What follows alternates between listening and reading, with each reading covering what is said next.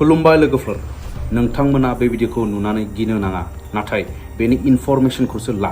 बे सोर बर' सुबुङा माब्रै थैनो मोनखो गुबुन स्टेटआव नायलांदो।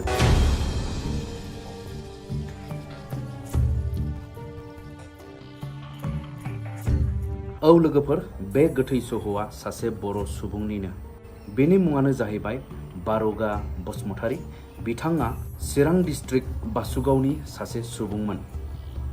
बे बिथाङा महाराष्ट्र स्टेट मुम्बाइआव मोनसे कम्पानियाव खामानि मावबाय थादोंमोन। नाथाय माबोरै थैनो मोनखो? लोगोफोर, बे बार'गा बसुमतारीया मोनसे कम्पानियाव खामानि मावबाय थादोंमोन, जाय कम्पानिखौ निउ बम्बेआव दङ होननानै मिथिनो मोन्दों। बे कम्पानियाव बे बिथांनि खामानियानो जाहैबाय आपेल फिथाइफोरखौ गारियाव लडिं खालामनाय। बे बिथाङा गोसो होनानै खामानि मावबाय थानाय समाव बे कम्पानिया गावसोरनि कम्पानि बाउन्डारि सिङावहाय थाम्फै होखारनो थाखाय माखासे मुलि एबा पयजन गेसखौहाय हगारदोंमोन एबा सारदोंमोन होननानै आङो मिथिनो मोन्दों। बे समावनो बे दार'गा बसुमतारी आरो बेजों लोगोसे सासे त्रिपुरा स्टेटनि सासे सुबुं, बिथांमोन सानैनियावहाय बे गेस गावनाय पयजना बिथांमोननि देहायाव हाबो। दा बे बिथांमोनना बे गेस मोनामनायजों, पयजन मोनामनायजों बिथांमोना सेला जानानै हस्पिटालाइज जायो।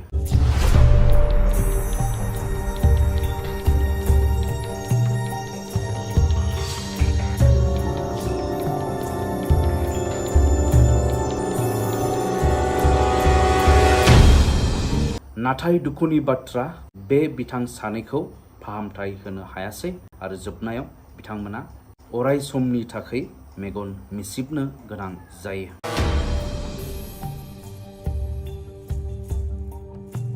बेनि उनाव बिथांमोननि थाखाय न्यायखौ सोर नागिरनो? बिथांमोनना गुबुन स्टेटआव दङ आरो बिथांमोनहा बे जायगायावहाय रावबो आंगो सुबुं गैया।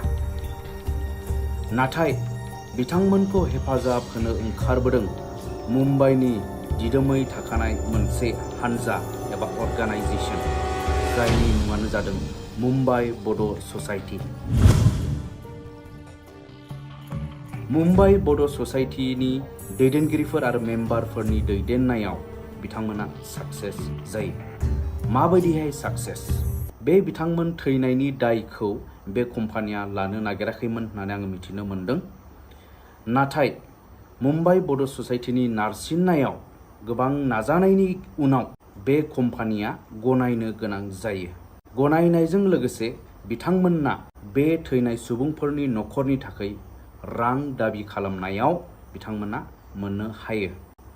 दा रां दाबिनानै बिथांमोना बे सानै सुबुंफोरनि नामाव गांफा 10 लाखनि चेकखौहाय बिनानै होनो हादों। बेयो मोनसे मुम्बाइ बड' ससाइटिनि गिदिर देरहासारनाय खामानि। बेनिखाय हामबाय होनांगोन मुम्बाइ बड' ससाइटिनि दैदेनगिरिफोर आरो मेम्बारफोर, जाय नोंथांमोना बेफोरबायदि अलखद समाव हेफाजाब होनानै नैबे देरहासारनाय खामानिखौ मावनानै होदों। बेनिफ्राय दुखुनांथावा बे लोगोफोर, बिथांमोननि गोथै सह'खौ गोजान जायगा जानायलाय बिथांमोननि गोथै सह'खौहाय बिथांमोननि आंगो न'खरसिम सौफैहोनो हायाखिसै। बिथांमोननि गोथै सह'खौ न'खरनि सुबुंफोरजों सावरायलायनायनि उनाव मुम्बाइआवनो बिथांमोननि गोथै सह'खौ बिदाय होनो गोनां जायो।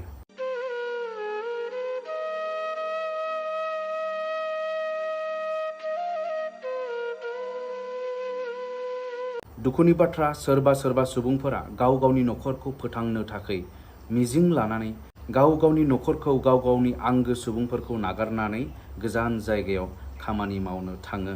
नाथाय सोरबा बायदिनि खाफाल गाज्रि, जेरै नैबे बार'गा बसुमतारी आरो बै थैनाय सासे सुबुं त्रिपुरानि, बिथांमोननि मिजिङा थेर बेथेर आरो दुखुनांथावसिन बाथ्राया बे बिथांमोननि गोथै सह'आ दिनै आंगो न'खरसिम सौफैयालासे गुबुन स्टेटनि हायाव एबा गुबुन स्टेटआवसो सावगारनानै गारजानो गोनां जादों।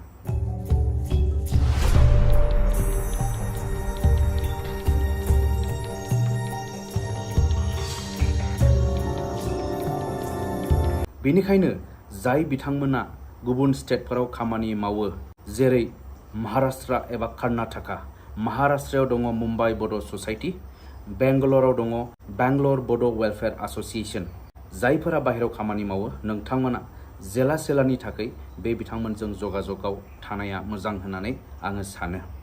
मुम्बाइ बड' ससाइटिनि कन्टेक्ट नाम्बारखौ आङो स्क्रिनाव होनानै होबाय आरो बेंगलर बड' वेलफेयार एस'सिएशननि कन्टेक्ट नाम्बार बेखौबो आं नोंथांमोननो बे स्क्रिनाव होनानै होदों। नोंथांमोननो जेब्ला नांगौ हेफाजाब, जेब्ला अलखदाव गोग्लैयो बे समाव नोंथांमोना जगाजग खालामनो हागोन। एसेनोसै दिनैनि भिडिअ' लोगोफोर, गोजोन्थों।